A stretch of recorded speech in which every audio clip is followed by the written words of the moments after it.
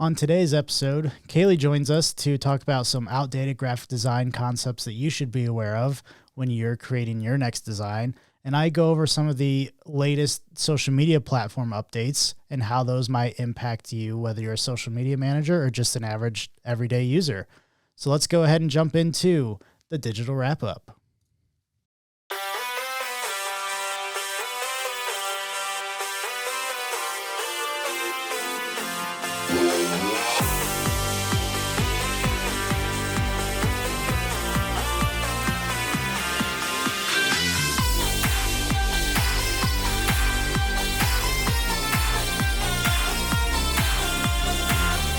Welcome back to the digital wrap up. Today is Thursday, November 2nd, and it is officially cold outside. That's right.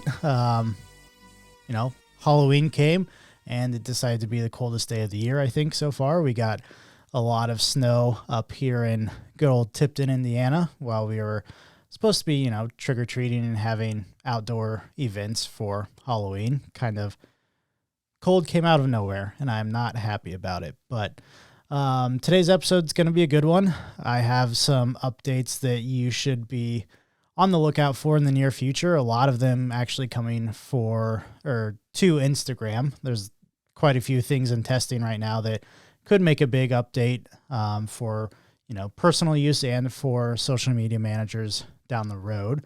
And then I know there's a couple things for TikTok and Facebook and LinkedIn as well. So before we get into the interview with Kaylee, let's go ahead and, talk about some of those updates for you. And we'll start with Instagram because there's a few of them that are kind of all in testing right now. And we'll start with the ability to add polls and polls to in-feed post and even to Instagram Reels. It's something that has been talked about, for the past week or two, but their Instagram is looking for ways to kind of add more engagement to post. Polls are a thing on LinkedIn.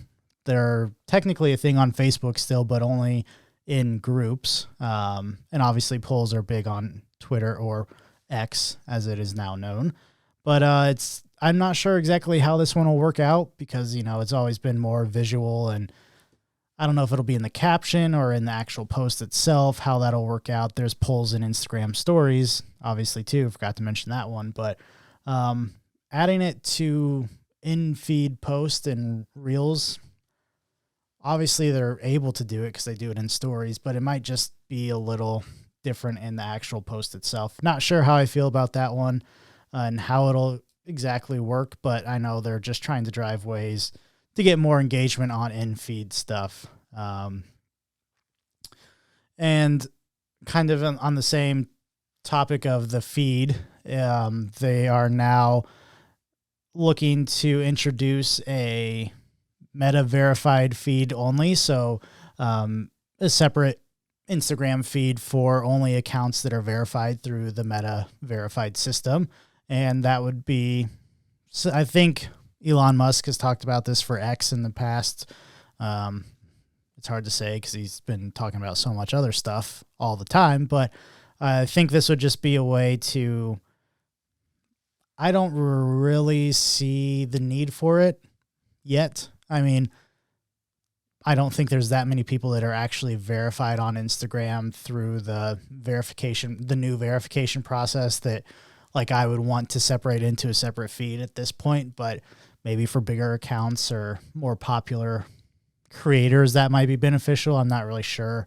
I don't see as much spam and unwanted content from random accounts on my Instagram feed right now, so don't really know how that will really change the experience for a lot of people. This is coming from me. I only have, 800 or so followers on Instagram, I think. So again, could be a big one down the road, something to keep your eye out on, especially as they continue to try and get more and more people to the Meta verified status. But we'll just have to keep our eye on that one and see if it's really beneficial for people or not, or are they just adding this to try and get more people to get over there, and then everybody's going to be on verified, and then it's just going to turn into one feed again in a matter of 6 months or a year.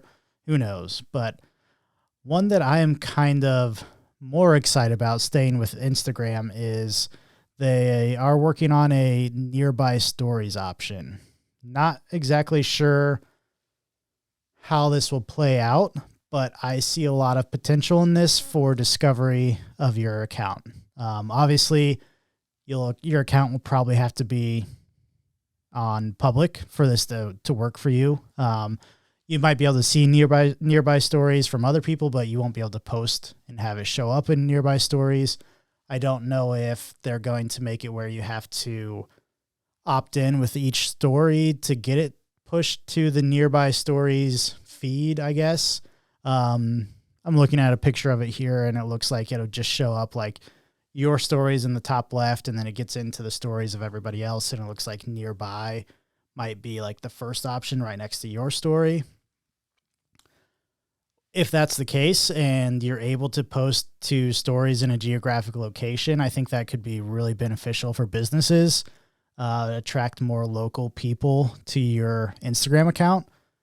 Again, I don't know if you have to like opt into it or if like any story that you share just automatically gets pushed to it. I can't imagine they would do that. Might be a little bit of privacy concerns there, but I think, it might be like how you select a story to just go to your close friends. You could also select it to go to your story, but also the nearby story.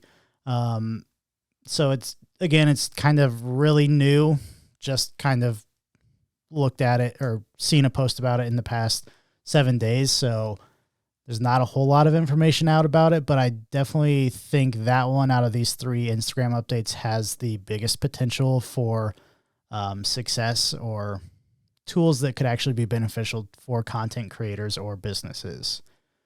So those are the big ones for Instagram. Let's go ahead and jump over to TikTok. TikTok is testing out 15-minute posts and updates now, because 10 minutes, I guess, just wasn't enough. But this is something really drives me crazy when TikTok keeps expanding and making longer videos when they've always just, what they started on was short form videos, and now we're getting into 15-minute videos. It's like, who is creating these 15-minute, even 10-minute TikToks? Like, I still haven't seen a single 10-minute TikTok, and I don't want to. So why they see the need for 15 minutes, I'm not sure. Are they just trying to really take over the entire video market from YouTube, which I don't think they ever will, but are they trying to expand to that at some point? I think potentially, because they've, recently, in the past 6 months or a year, they've made it where you can turn landscape photos or videos, and you can turn your phone and view it full screen.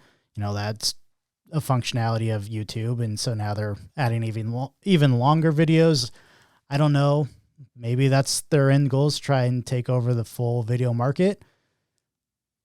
I don't see it happening. I mean, they might make money off of it, so I can't blame them for doing it, but it's not really an update that I like. I don't want to go to TikTok for 15-minute videos, but apparently there are some people out there that do. So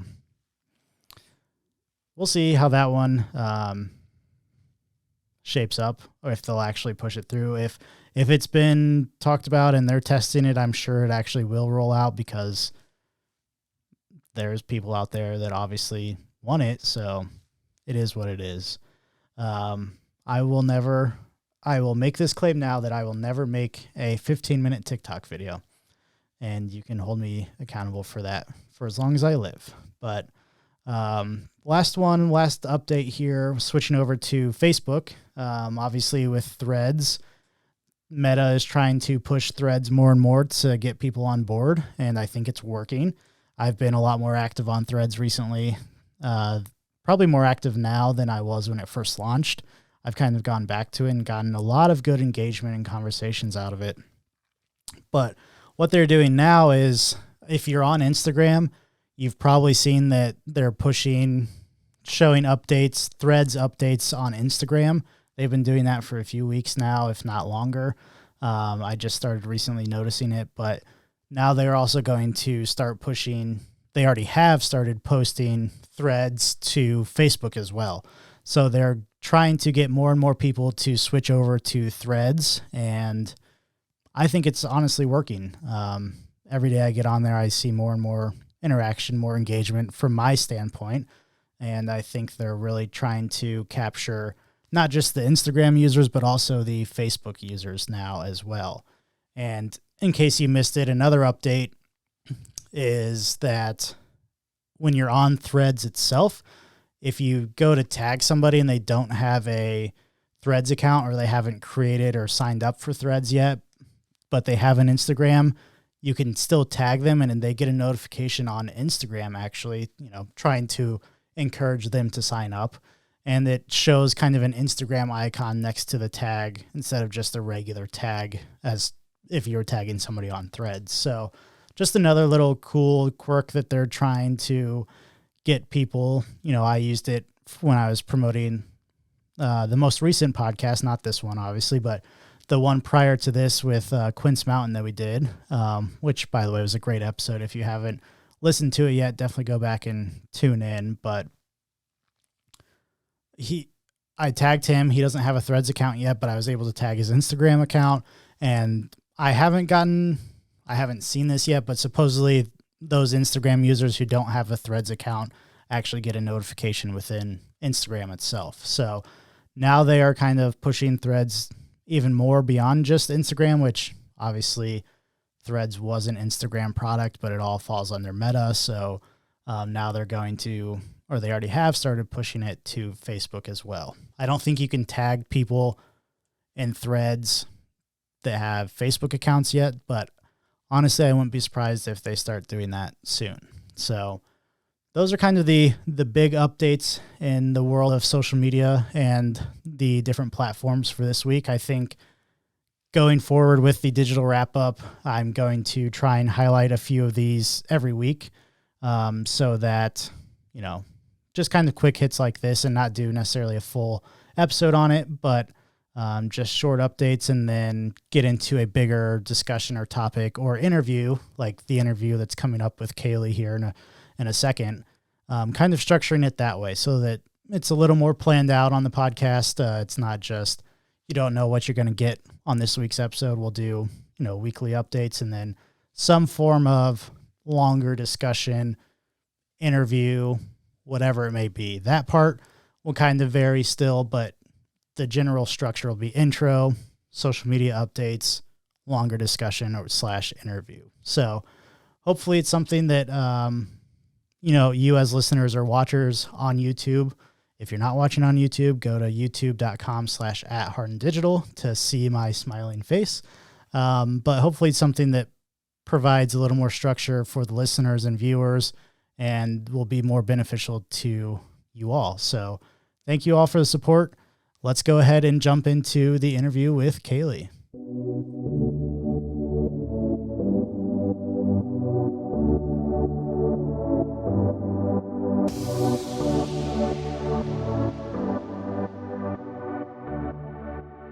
All right, Kaylee, welcome back. Thanks for joining me on the digital wrap up. Let's give her a big round of applause for braving the camera again. How's it going since the last time we talked to you? It's going. I'm ready today. I'm not actually stressed or unprepared. I actually dressed for the occasion and made a list. Like, I'm 100% ready. Nice.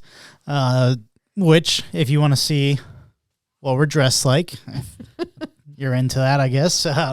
Just a quick shout out to go watch on YouTube. It's youtube.com/@HardenDigital, where you post all of the video podcasts there as well. If you want to check us out and watch us talk about all things design. So this is kind of something that, not necessarily a Kaylee's rant section. I know we've talked about that, but some kind of outdated styles or design elements that, should have been left in the early 2000s, I think. Or before. So we're going to talk about those things that you kind of see with stuff that people sends you to edit and design, or just stuff you see in other people's work. We're not going to necessarily call anybody out. I think you do have one call out, but have one special call out. Yeah. But we're not going to call any businesses or other designers out by any means. But no. So yeah, it's just some outdated trends or myths of, myth as in you should be doing this, or this is something that's cool to do, but it's really not. Really not. So let's just go ahead and jump into it. I think this is more than just a design one. This is kind of design and writing, whether it's emails, text, writing for magazines, whatever it may be, writing papers in school. The first one is kind of using two spaces after a period. Yes, it drives me up the wall.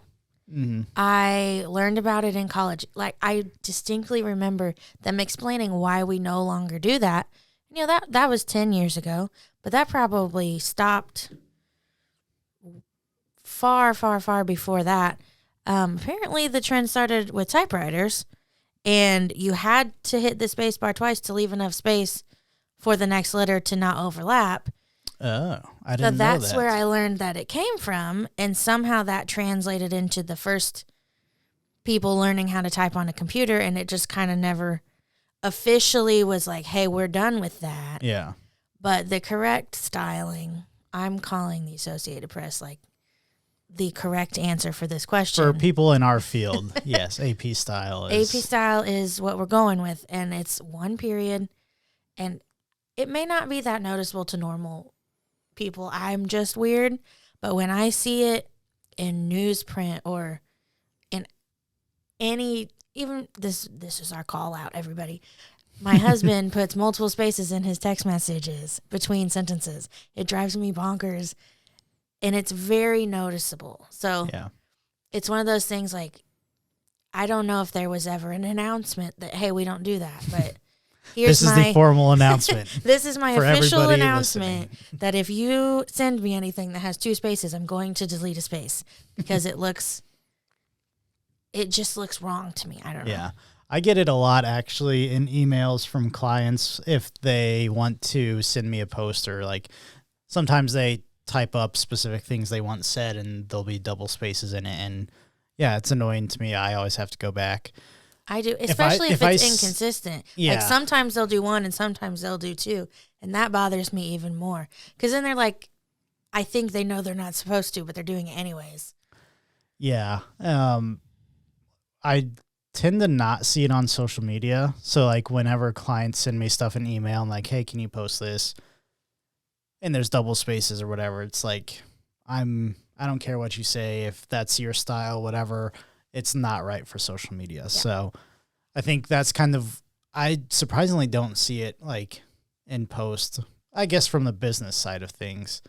Maybe personal pages probably do it quite often. I don't know if I necessarily see it a lot in social media. I see it a lot when I work on magazines or newspaper, because everything is, especially on newspapers, everything is justified for the whole column width. Yeah. And the two space, you can see it. It's like glaring. Oh, yeah. So to me, maybe that's just the world I've been in, but yeah, it's very noticeable. And so I'm officially making the ruling that we no longer do that.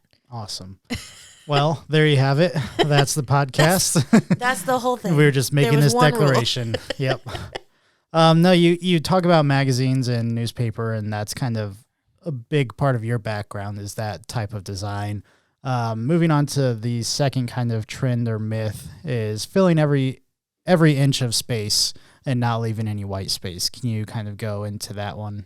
It's probably because of the same universe of newspapers. You used to fill up every centimeter, every available, everything that was available, you filled it up because you were paying for it. You wanted as much information there as possible. Now it's kind of, I think, needs to be the opposite. Like, you, even in advertising in social media, like, get to the point. Mm-hmm. You don't need extra crap. Even on graphics for social media, you don't need extra stuff. Like, leave it alone. Yeah. So it'd be more impactful to me on Facebook if I'm scrolling. If I see something that's a giant white blob with like one little thing in the middle, that would stand out because there's just so much stuff that you're seeing. Yeah. So I think it's hard. I don't know if it's a generational thing or if it's just people want to overload with information. But sometimes it's not even necessary information. It's just like we're typing because there's space. Mm-hmm. And then the actual point that you wanted to get across has been completely lost. So yeah, and I see that a lot with social media graphics. You know, one, graphics aren't great for social media in the first place, but there are certain situations that you use them, and so be it. It is what it is. But then when you go above and beyond and put every small detail about this event or whatever you're promoting in the graphic, and then it's like there's too much stuff there, I instantly just scroll right by it. So then you're defeating the purpose. I'm more of a like, make it huge, whatever the event is, make the graphic huge. And then in the actual text of the post, here's the details. Yeah. We don't need to know the whole dinner menu for the night's event. Yeah. On the image. Yeah. So I see it everywhere. And it's not just, I have to convince people when I'm doing magazines sometimes that like we don't need to put that much stuff on the page. Yeah. And I think the posts that get over congested with stuff in the image itself, it's like you're, I guess, turning more people away because most people are probably like me, or it just, you have half a second to capture somebody's attention.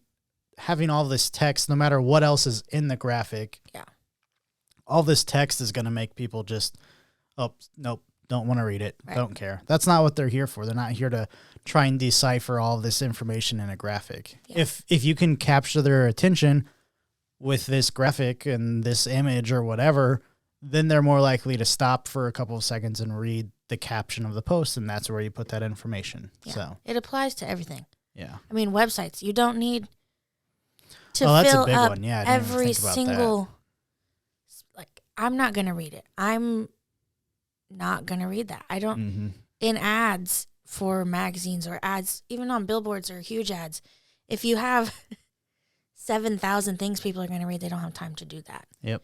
Or for some reason, I see it in magazines, they've got a full page ad that looks fantastic. There's 10 words on there maybe. And then you go to these little 8th page ads that have 6 times as much information in a little baby ad. Yeah. Why we feel the need to cram all that in there is mind-boggling. Because I guess that's just how it's been done when you used to have to pay for space, for the space that you were filling up, I guess. So yeah, and websites, especially, people, white space kind of guides the eye, right? When you're looking at a website. So if you just have all this information, like information overload, which I know websites are supposed to have more information than, say, your Facebook profile or whatever, but like you have to use it strategically and actually have white space. It really does help guide your eye, and that's why you need it to be able to think too. Yeah, that's why you don't just see columns of text on websites and all this stuff. Like even newspapers now, they've gotten to where if you want to make an impact, you'll see them. It'll have columns worth of stuff on the edges, and then the center is just like wide open, and that's immediately what your eye goes to because there's space. Yeah, and it's noticeable. So I think the idea that we have to fill it all up needs to just go. And I'm not saying everybody needs to be super minimalist. Yeah. And just have an X in the middle of a blank white page. Like, we don't all need to go that hardcore. But there needs to be a balance of this is understandable and still looks good. I don't know. Yeah, if you have so much content, so much written information that you're struggling to fit it all on a page, then just get rid of it. Then you probably should just cut some information. Yes. Find what's not necessary. I guarantee in probably 95% of situations, there's always something you can cut out. Yeah. Whether you ramble on a sentence or one sentence is just irrelevant and not providing any value, whatever it may be, I'm sure there's always something you can cut out. Yep. So, next one, this more specifically in design, and I guess it somewhat applies to social media design stuff too, talking about graphics again, but script fonts. I feel like this, since the beginning of script fonts, if people want something to look fancy, they just put it in script, then you can't read it. Yeah. I don't know. I don't feel like at this point it necessarily increases the value. I don't think it. There are instances where, yes, a script font is great. If you're going to make a whole paragraph in a script font, no one's going to be able to read that. It has to be used sparingly for emphasis. It was never meant to be full-blown sentences, paragraphs, any of that. Even things written in italics is almost too much. Like, that doesn't make it look fancy. There's a reason that italics exist.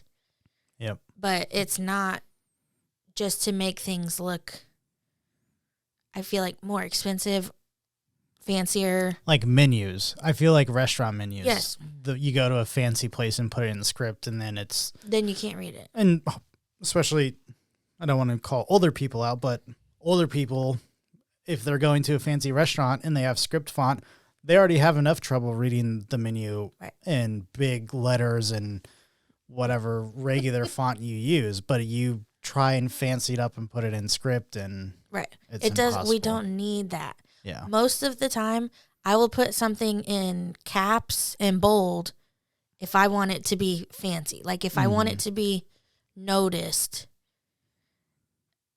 I'll use the exact same font that the rest of the text is in, just make it caps. Yeah. I'm all for that. I don't know. Maybe it might just be me, but I don't think what people's idea of making it look more expensive or more luxurious or whatever necessarily translates from it just being in a script font. Yeah. And there are thousands, probably hundreds of thousands of script fonts out there in the universe. And some of them are cool. Some of them are readable. Some of them not even close. Yeah. And like at the end of the day, you want your information to stand out, whether it's a graphic on social media, a magazine, a menu at a restaurant, whatever it is. But if you kind of distract from that message because they can't read it, then I've seen specifically wedding websites or wedding invitations, that stuff. The whole industry, because it's, I can't think of a better word besides fancy, but it's elegant. Once again, I'm using my quotes that no one can hear on the podcast. But if you're watching on YouTube at youtube.com/@HardandDigital. Supposedly more elegant to use a script font, but on the website, I can't read it's like the main menu items are in a script that I can't read. Yeah, and I think this really applies to listeners, not necessarily, I feel like this is more for the everyday person who's getting married and trying to design save the dates and stuff like that on their own, that that aren't in the marketing world, that kind of just do these one-off projects, whether they're creating a flyer for their sorority or nonprofit they're involved with, or weddings are a big one. I think that a lot of people kind of just create their own stuff, or there's templates online and it has script font on Canva, so probably should use that. Right. But sometimes it's not the way to go. If the average person couldn't read it, or if it's got a headline that's 12 words, you cannot make the whole thing in a script font. You can pick like a word. Yeah. For emphasis, pick whatever word is most important. Sure, I'm all for that. I use script font. It's not like I don't use them, but it doesn't necessarily add the value and the elegance that I think people assume it does. So yeah. And if you're listening now and like you're getting married soon, or you have to design this stuff and you're like, well, crap, I thought I was going to use script fonts and now I don't know what to do for my wedding invitations, reach out to us. This is something Kaylee loves doing. We have, I think, some examples on our website. Probably. I haven't looked in a minute, but if not, they'll be up by the time this episode is published. But, that's something that people might think, oh, we're a marketing agency. We kind of only do business stuff. But Kaylee does, long before she joined forces with me, she did a lot of freelance stuff on like Etsy and designed wedding invitations, these fun, different, I guess, full wedding packages. Yeah.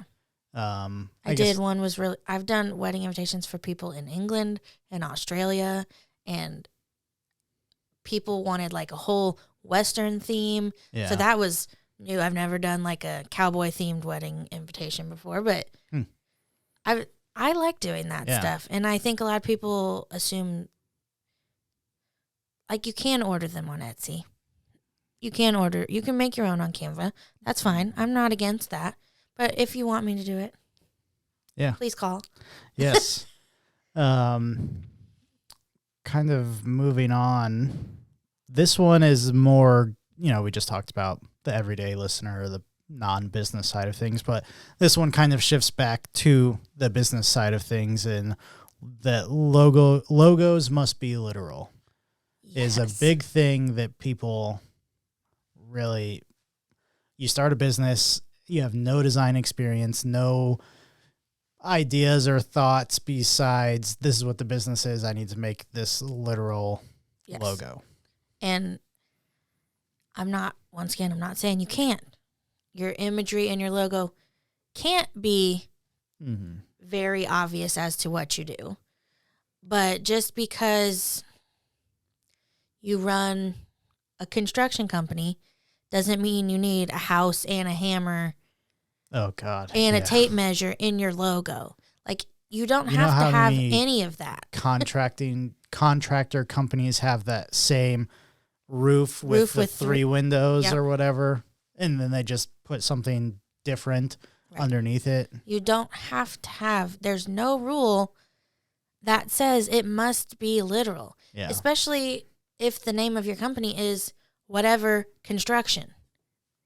Like, you don't then have to have the image that says construction, like, or excavating businesses don't have to have a big excavator in their logo. Yeah. One, that's complicated. Like, I've seen welding companies, like, you don't have to have an image of a welding machine in the name of your fabrication company. You don't have to have that. Like, you can either hope that people can understand that if you're called something construction, that you do construction, or like our Hardened Digital and Design logo, it does have a little like word bubble, but there's not necessarily anything to it that says digital and design. It's social not media website, right. There's no computer on it. There's no mouse click. There's no. Like, it doesn't have to be 100%. Some of the biggest names out there in the world, their logo has Apple. Literally nothing to do with their company. Yeah, Apple is an Apple. Yeah. I mean, obviously, everybody knows what Apple is nowadays, but when they just got started or whatever, the Adidas logo is like a weird-looking flower with stripes in it. Yeah. I'm sure there's a meaning. I don't know what it is. That was just off the top of my head. But, like, Nike, what does that have to do with anything? Yeah. So.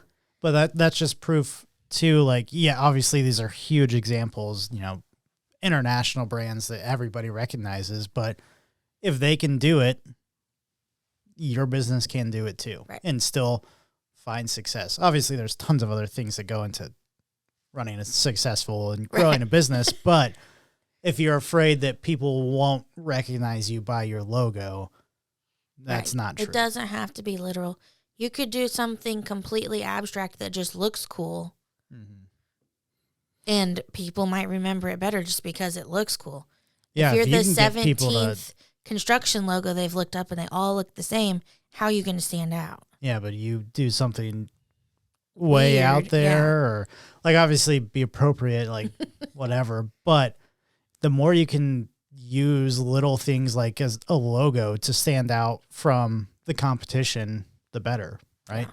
all these contractor companies that we've talked about that have that same logo, it's like, I don't want to hire any of them because they're all just the exact same looking. And like, I want somebody who's put a little more thought into it, a little more creative, and kind of sets themselves apart. Because, you know, if they have something different than everybody else, I would assume that maybe they put more thought into their business or they're more creative. And like, to me, that's just, and that might I be would like work with.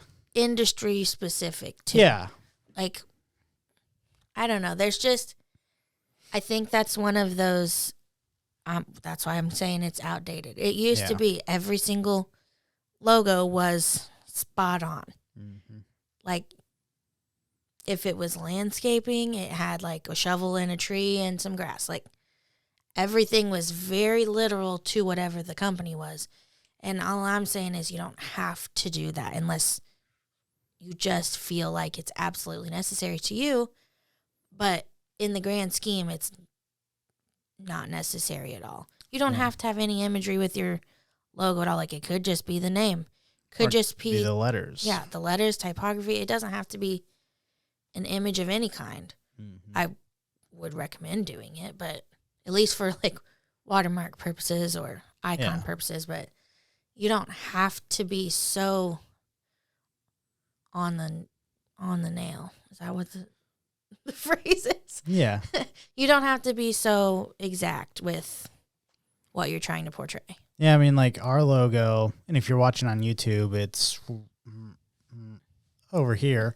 That was smooth. We're sitting at an angle. It's different, whatever. But like, you can just look at it up here that there's the HD, so there's the typography, and then there's the chat bubble around it, right? But then there's also the Heart and Digital and Design written out underneath it. Right. And so, sometimes we use just the icon. Sometimes we use just the lettering. Sometimes. And a lot of the logo packages that we do, like full logo packages that we do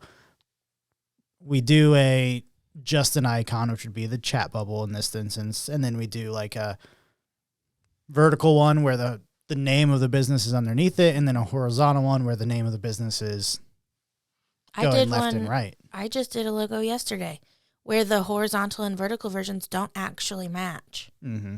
But they have the same elements. Yeah. The same fonts, and it's just arranged differently. And the more circular one has extra stuff in it because you can do that. Yep. But then the long horizontal skinny one looks different, and that's okay. Yeah. And none of the elements actually are 100% literal to what the company is. So yeah. Staying on all around on the topic of logos too, another one is the circular logo with text inside of it. This, I'm not going to say is outdated. I think this one might just be a little overdone. Mm-hmm. And it might be since Canva appeared. But I think the whole universe, I've seen so many logos where it's just a circle outline. A lot of them have flowers. Yeah. Maybe it's industry specific too. A lot of boutiques or hair salons or that kind of industry have the circle with the name like in a script font in the middle. Yeah. And they all look similar. So that's back to the same thing of like, you have to distinguish yourself. And I get it that the circle, like, it looks fine. It looks nice. There's nothing wrong with it besides that it's overdone. It's also very hard to put a circle logo in certain areas. So if you've stuck to that, you've committed, then you can't change it because there's nothing else you can do with that circle. Yeah. So I think that's one to just avoid because so many people have already done it. And if you have a circle with the background of the inside of the circle being white, then you lose the capabilities of putting it as a watermark and doing all these other different things with it that if it just simply wasn't inside of a circle, right, it'd be much better. But if you take away the circle and all you've got left is plain text, then you don't necessarily really have a logo. You have the name of your business written out. Yeah. So if that element of the circle with some little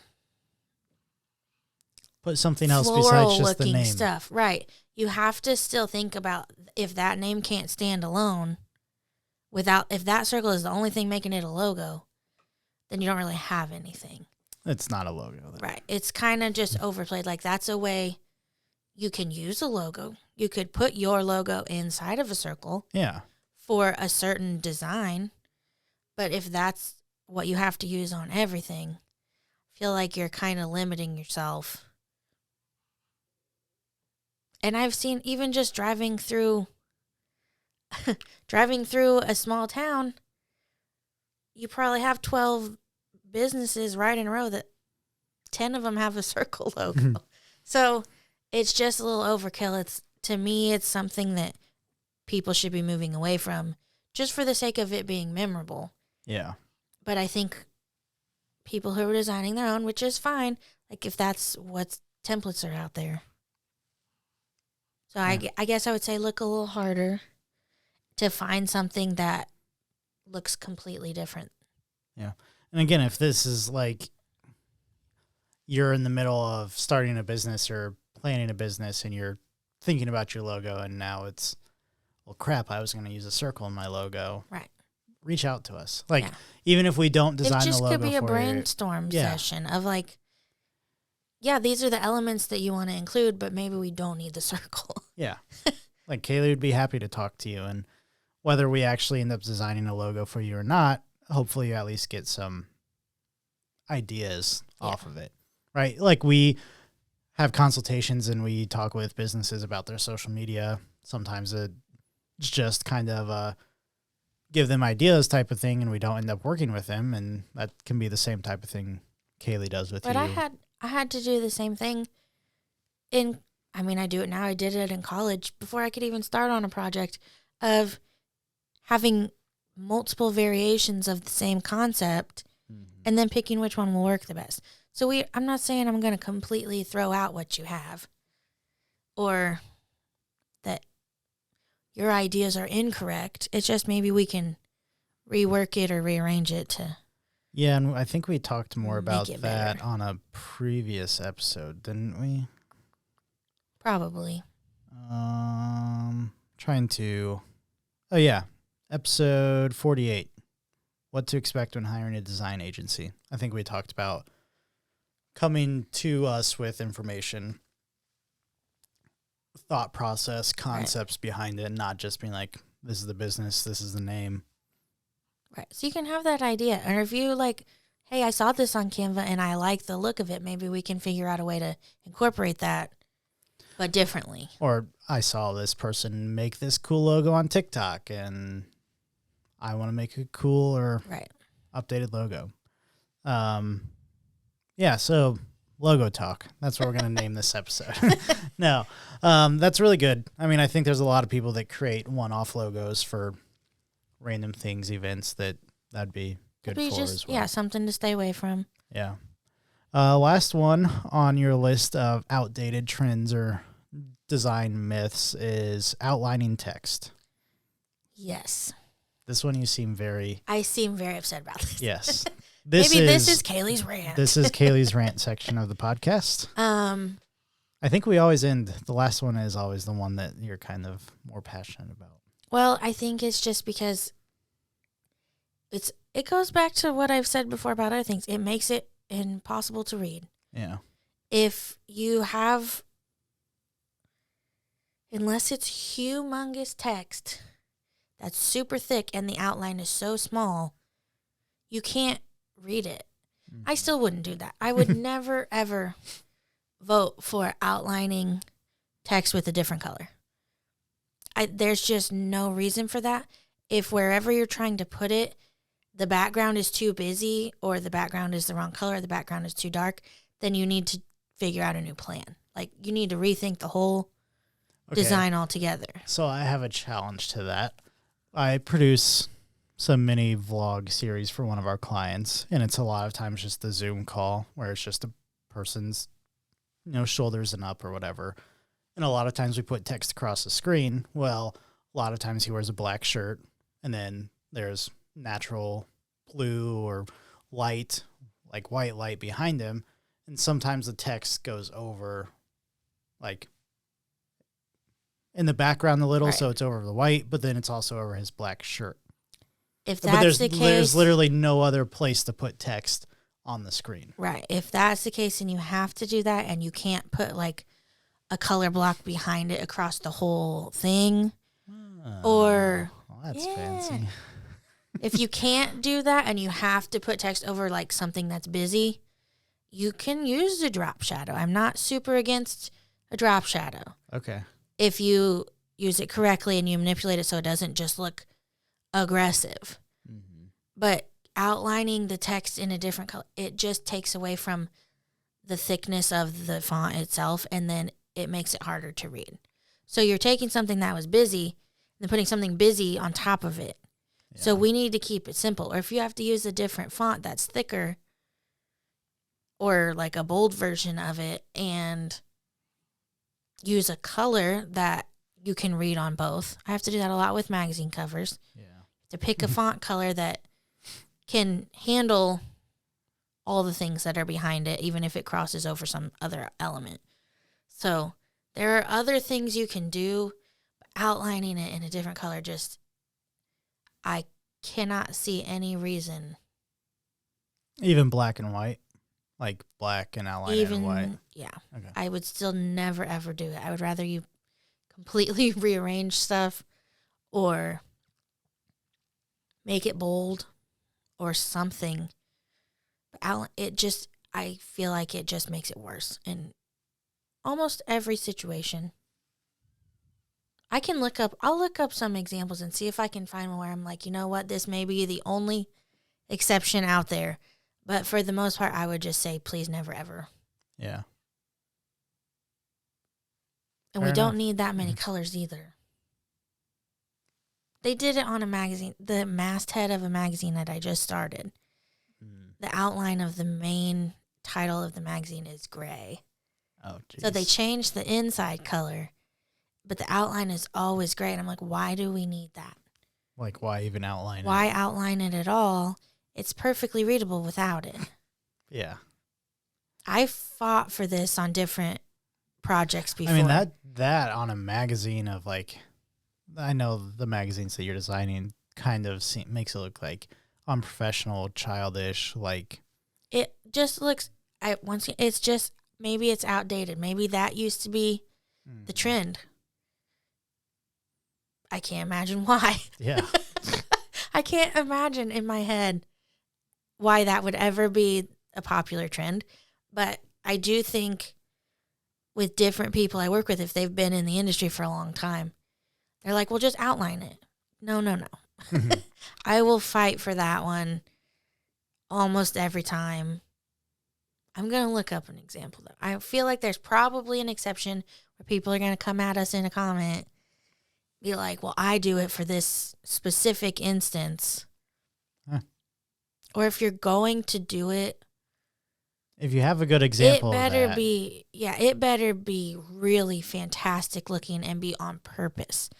Like, it needs to be like a huge thick outline or a huge border or something where maybe you don't necessarily need to read what it says, but it's just for the effect and for the design style, I suppose. I'm sticking with it. You should never, ever have to do that. Yeah, fair enough.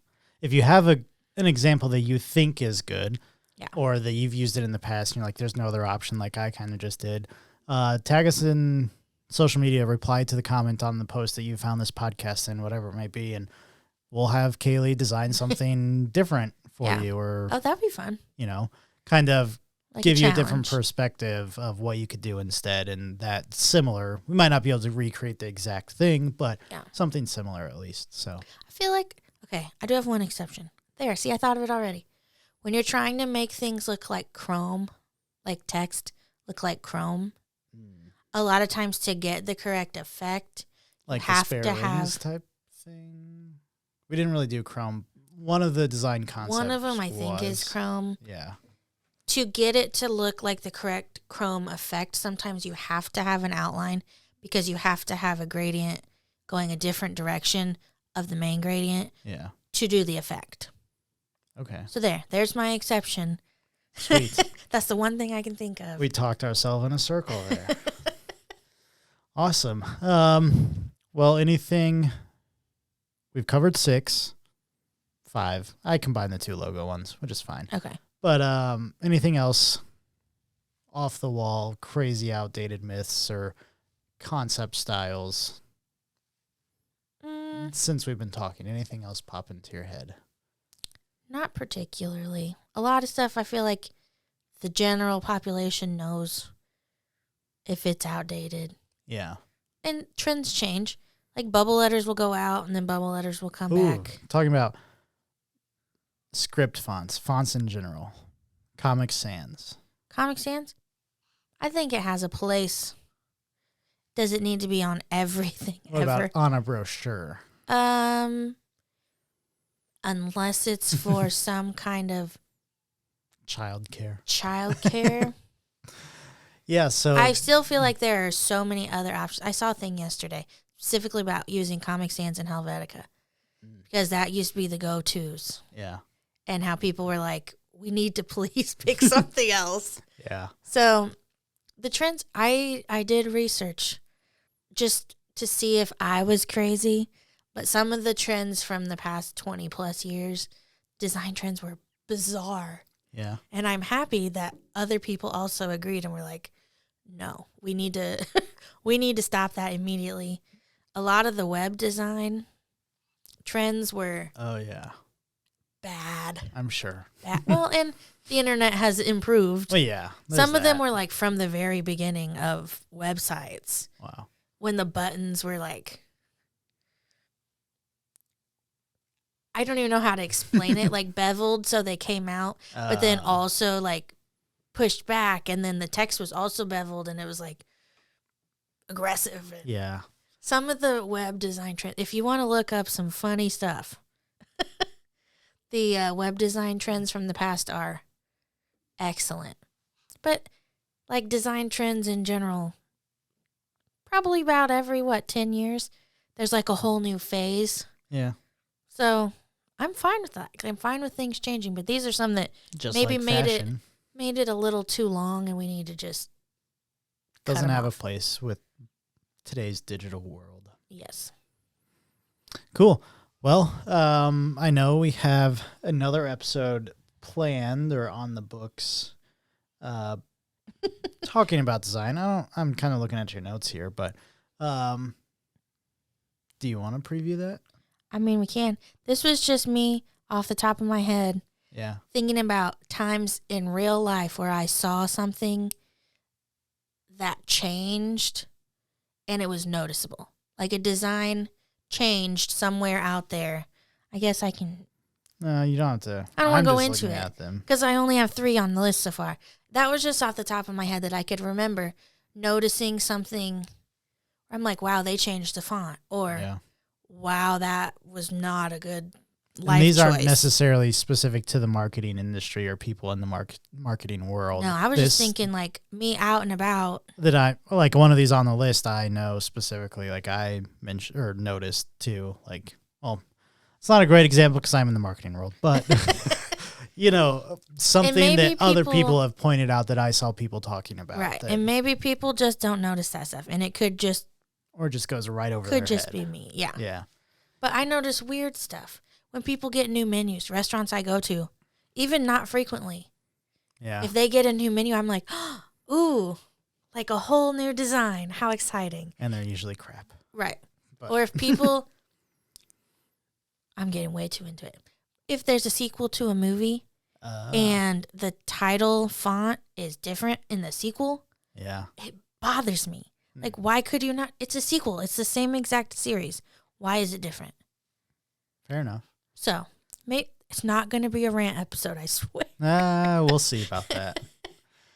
But hopefully we'll have some examples if you are watching on YouTube, and we can flash those across the screen for when she points them out. Because, again, they could be something that maybe it was more subtle and you didn't notice it, or you forgot about it, whatever it may be. But that'll be a good episode coming up here in the next few weeks. So We'll go ahead and wrap up today, and I'll talk to you on the other side. Kaylee, we'll give you another round of applause here for joining us and another episode in the books for you.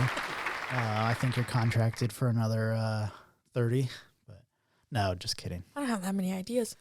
Yeah, we'll come up with some more. But thanks for joining us, and we'll see you the next time you're on. All right.